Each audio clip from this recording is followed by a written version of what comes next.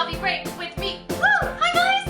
Welcome back to my channel. How are you today? Do I have lipstick on my teeth? I will probably have lipstick on my teeth throughout this entire video, FYI. Let me take some precautions. Do you guys like my mug? How cute is this? How cute is that mug? I will link it in the description box below. Today I'm here with the long-awaited microblading video. And it's probably going to be a long video, so I will leave timestamps in the description box below. But you guys know how I have a compulsion to be really thorough when it comes down to any sort of video that I produce, especially when it has to do with something as serious as a tattoo going on your face. So not too long ago, I don't even remember, when did I get mine done? July? My microblading first appointment, my initial consultation for my microblading was in July, and I didn't want to film the process because I mean, I wasn't very familiar with Claria, the artist that did my brows. And I don't go around saying I'm a YouTuber. No, like I'm just a regular person. And so I didn't want to do that. And then I also didn't really know what to expect. I mean, so I kind of went in a little bit, I had done my research, but I thought it would be easier to just kind of photograph the process. And I do have to apologize in advance because most of the pictures that I took were pictures that I was sending to my best friend or my mom. So my face is a little humorous, comedic, entertaining. You guys know I'm kind of a jokester, so don't judge me and my funny expressions. Anyway, so I wanted to take some time to see how the color developed, to see if there were any significant changes, to see if I had a reaction, just to really make sure I knew what the heck I was talking about. So from July to August, I can honestly say it's been one of the best decisions that I've ever made in regards to me, my personal life, choices, in making my life easier as a mom, as a beauty lover, whatever. So let's go ahead and get started. And I kind of want to break down this video into categories or sections, like what is microblading, what does the process entail, who should get it, who shouldn't, kind of stuff like that, pricing, how to find a reputable microblader. So microblading is a process where you get a semi-permanent tattoo inserted or done or tattooed onto the top 3 layers of skin. The blade that they use, it's actually several needles. So what it looks like almost, and I'll insert a picture, it looks like an X-Acto knife. And if you see it from far away, it even looks like an X-Acto knife, like a blade. But when you look at it up close, it's a bunch of tiny little blades. And so microblading actually originated in Asia. And the whole point of microblading was to allow women, or I mean anyone having loss of hair in their face, like brows, because of chemotherapy or going through cancer treatments, that were losing their hair, and they could kind of regain the appearance of natural hair-like strokes. So basically the vegetable pigment that they put into the top 3 layers of your skin lasts up to 18 months. For some people, it's a lot less, like a year. For other people, it could be up to 2 years. So it really depends on a lot of factors. And I'll get to that at the very end. Who are the best candidates for microblading? So for microblading, what they do is you come into your appointment and the whole entire process takes 1 hour, like literally an exact hour. But most of the actual process is the microblader mapping out your brows. What I'm going to do is I will insert some pictures of my best friend Samantha, who also has a channel here on YouTube. And she was kind enough to let me document her process. Now, I do want to remind you guys that we have very different skin types, and that's another issue that I'm going to address throughout the video. So the entire process takes an hour. They stencil on the brow with just brow powder, like literally it looks like an Anastasia brow powder compact. They stencil on your brow, They adjust it to however you decide or you tell them that you like. I want them to look natural, and that's the whole point of microblading, is their hair-like strokes, so it doesn't look like... Do you guys remember that like old school tattoo that like our grandmas would get? My mom actually has that type of tattoo with like an actual tattoo gun, and they have like the solid block of color. Starts to lose color, you get like the bluish gray type tint to the brows. This is totally different, so kind of remove that from your mind if that's kind of what you're thinking. It's totally different. So it's gonna be up to your microblader to kind of advise you as to what kind of shape you want to go with.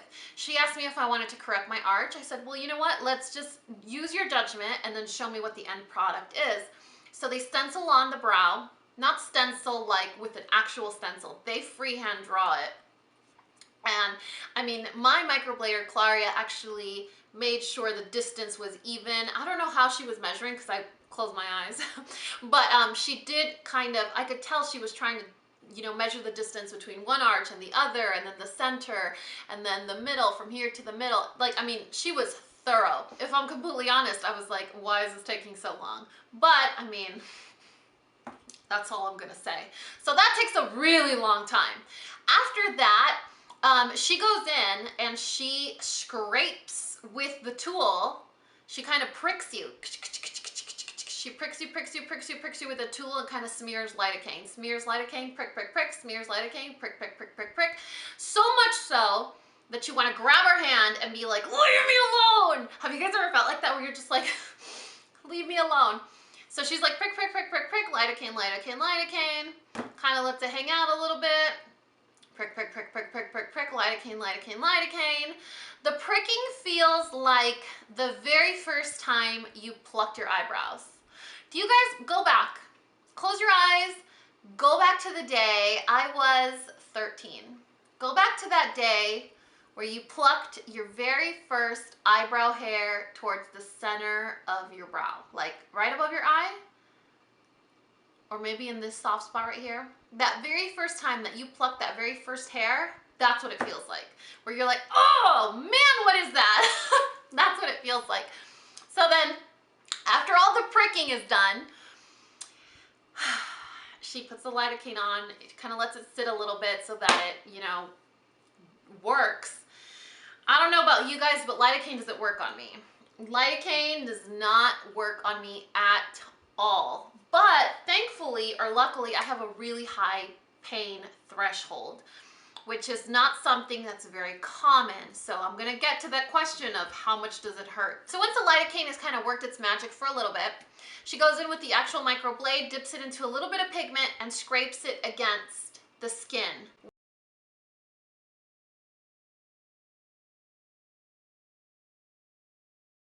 Where the hair-like strokes are gonna be.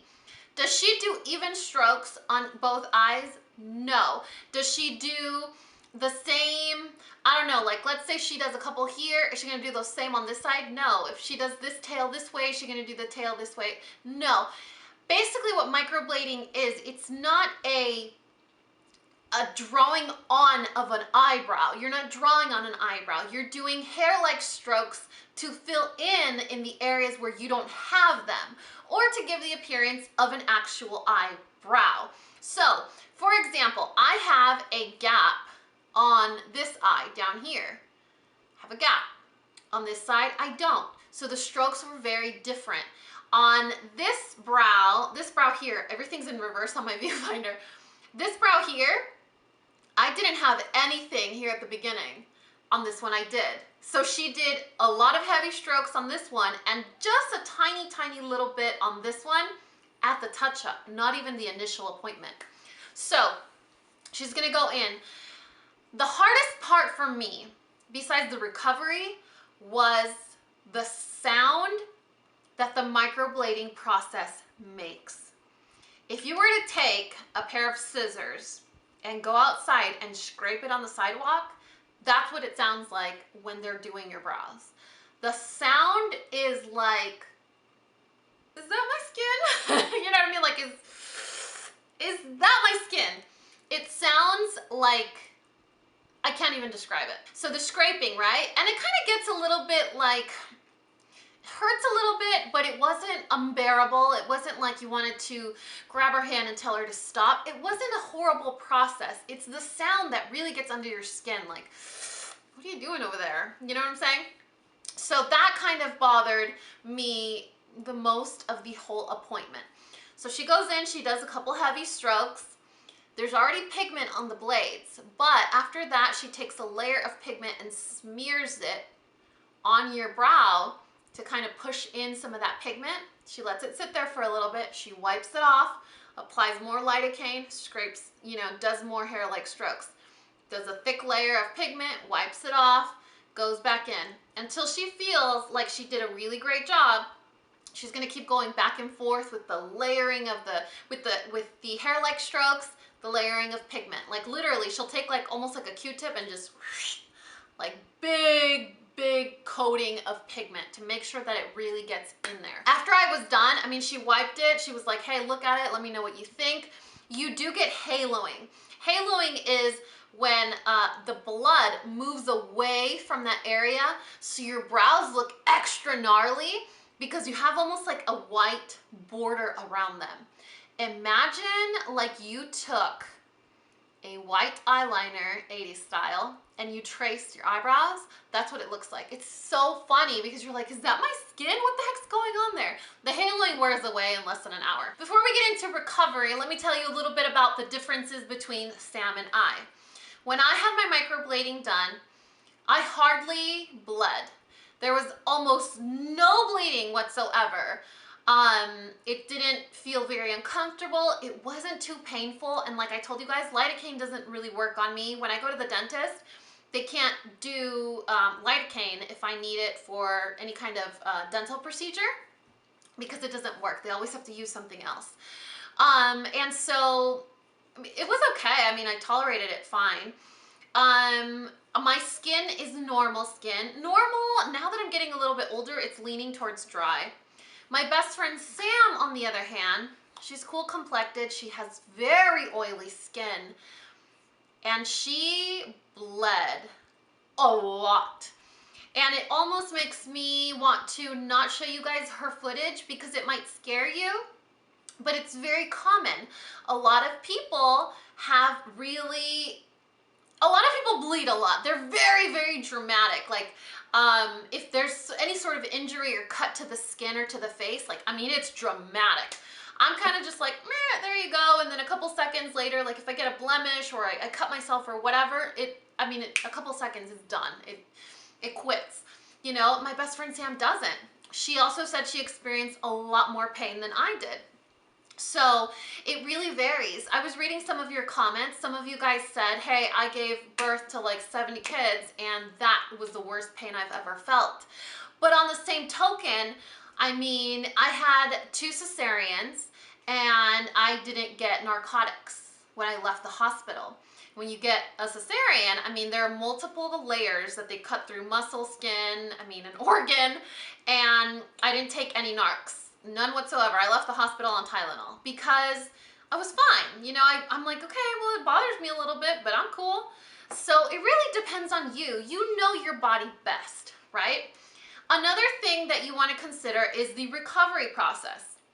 You need to go into this process knowing that you are going to hate it from start to finish until you are fully recovered from even the touch-up. That's a really big thing that you need to be remembering, that needs to be in your mind, that needs to keep you strong.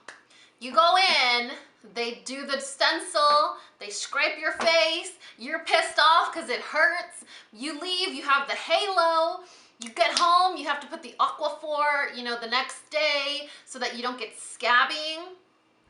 If you have dark hair like I do, and the pigment that they use is a dark pigment, you're gonna wake up with black eyebrows. I mean, black, blocky, crazy eyebrows, and they're gonna be shiny because of the Aquaphor. You're gonna hate it even more. And then they're gonna get itchy, and they're gonna be dark, and they're gonna be shiny, you're gonna hate it. And then maybe that one time that you scrape it or your child hugs you too hard and then you're gonna be like, oh my God, there's pigment on my finger. You lay down, go to bed, you're gonna see pigment on your pillow. There are gonna be so many things that happen that you're gonna be like, I hate this. Why did I do this? I don't have pretty eyebrows anymore. And this is a semi-permanent. I mean, it's a tattoo on your face. It's a big deal. So with Sam has cool complexion or cool skin tone. She's very fair and very oily. She has really, really blonde hair. So the pigment that they use on her is more of a taupe shade. With taupe pigments, they vanish. So instead of getting black like mine, it turns like nothing ever happened. And you're like, whoa, I just paid like, I don't know, $400, $500, $800 for microblading. Where the hell are my brows? What's going on? So it varies from case to case. Do you need to be aware of all the possible things that could happen? Absolutely. So if you have darker hair, what is this? If you have darker hair, it's gonna get darker. If you have lighter hair, it's gonna get lighter. It may even disappear, but then the pigment comes back up to the surface and it gets deeper. So I guess like my #1 recommendation is absolutely, microblading is totally worth it. Go to someone reputable, someone that you know, someone that has a major following, someone that's recommended, but go in knowing that you're going to hate it. I promise you, after a few weeks, you're gonna be like, this is the best decision that I have made in a really long time. It is worth every penny. Now let's talk about recovery and touch-up. My touch-up was 6 weeks after I had the initial appointment. So the touch-up appointment, someone actually left me a comment and said that their touch-up appointment was a lot more painful than their initial appointment. For me, the touch-up appointment was like a joke. I could have taken a nap. You know, so there again, it's another way of saying, you know what, everybody's different.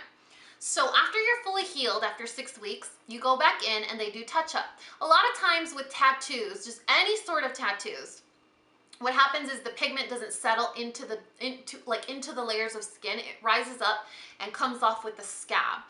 And so the pigment comes off, it's no longer in your skin. That's where they need to touch up. There will be some places that maybe she missed. There will be some places that the pigment falls off with the scab. There will be some places that maybe, let's say you were bleeding too much, or you, I don't know, you want her to do the tail a little bit thicker. I don't know, there's so many different reasons. The appointment is quick. Mine was almost 20 minutes, and she really didn't do much. She filled in a little bit on one tail. She did a couple more strokes on the beginning of this brow and then a couple more on this side, and that was it. So with the recovery process in both scenarios, the initial consultation and the follow-up, you can't do any heavy sweating, you can't be swimming, you can't do masking, microdermabrasion. There's a lot of things that you don't want to do, and I'll leave it in the description box below. But I'm thinking like the worst part of this entire process is walking around with the Groucho brows, like that dark, I just learned how to fill in my brows eyebrow look. I mean, you've seen it, that I've inserted the pictures. That's the worst part. And so that feeling of, oh my God, was this a bad decision? Was this a bad decision? Was this a bad decision? And then all of a sudden, boom, the best eyebrows of your life. And that's what happened to me. I had very little hair, like my 2 hairs on my head, I had like 2 hairs on my face, like my 2 little eyebrow hairs. And basically what Claria did for me is she not only made my routine a lot faster, she gave me confidence to, I've never felt insecure to go out without makeup on. I love my naked face, I love my skin, but I do have kind of funky brows. And so now I go out and I'm like, heck yeah, those are my brows. Because nobody knows it's not hair. It looks like hair. And that is the whole point of this process, to make your eyebrows look natural. Could you imagine natural looking brows when you didn't have brows to begin with? It's such a liberating feeling. The process itself, the price varies.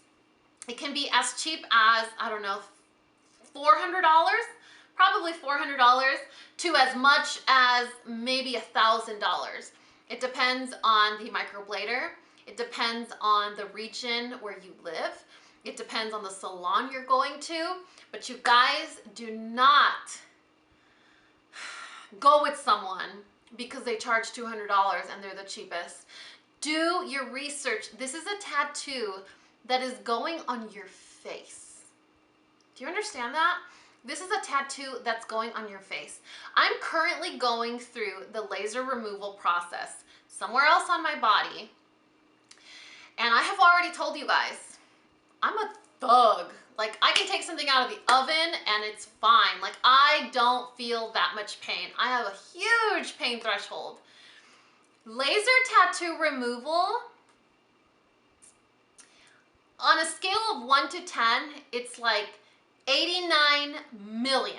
It's the worst pain ever. And I don't think they can do that to your face. So make sure that you go to someone that has